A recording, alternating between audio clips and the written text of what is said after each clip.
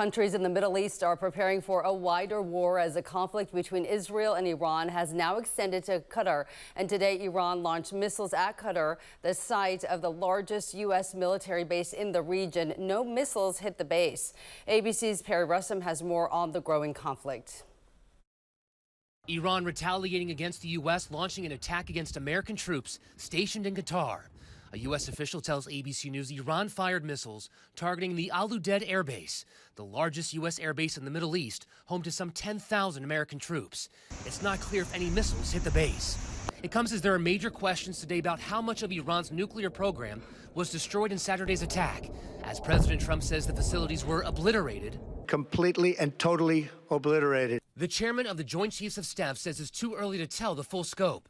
Final battle damage will take some time, but initial battle damage assessments indicate that all three sites sustained extremely severe damage and destruction. Satellite imagery shows the damage to the three nuclear facilities targeted in the attack. The Trump administration has said the Fordo facility, built underground, was a key target. This is where the 30,000-pound bunker buster bombs were dropped.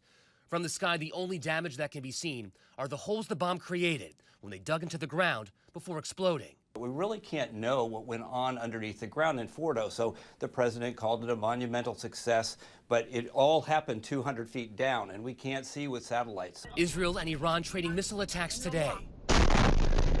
In this video circulating online, a large blast at the site of an electrical substation in Israel. It comes as President Trump floats the idea of a regime change in Iran. Trump posting online, if the current Iranian regime is unable to make Iran great again, why wouldn't there be a regime change? His vice president has said that is not their goal. Well, first of all, we don't want to achieve regime change. We want to achieve the end of the Iranian nuclear program. White House Press Secretary Caroline Leavitt this morning. If they refuse to engage in diplomacy moving forward, why shouldn't the Iranian people rise up against this brutal terrorist regime? That's a question the president raised last night. Tension is high in the region, not only for American troops, but Americans who are living overseas. The embassy in Qatar today issuing a shelter in place for Americans living in that country until further notice. Perry Russom, ABC News, Washington. Back here at home, top Democrats in Washington say they were not told of the president's plans until after the bombs were dropped. This was not constitutional, was not lawful in the absence of a declaration by Congress.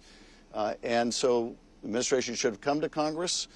We will have a vote on a war powers resolution, but there's a reason to bring this to Congress, and it is you want the Congress bought in, you want the American people bought in on an action this substantial that could lead to a major outbreak of war. The war powers resolution mentioned by Senator Adam Schiff would limit the president's ability to deploy the military. It's one of several measures lawmakers are set to consider related to the limits of the president's war powers. Governor Newsom released a statement on the U.S. strikes following the president's action in Iran. California's State Threat Assessment Center is actively monitoring for any potential impacts in California. While there are no specific or credible counter threats we are aware of at this time, we urge everyone to stay vigilant and report suspicious activity.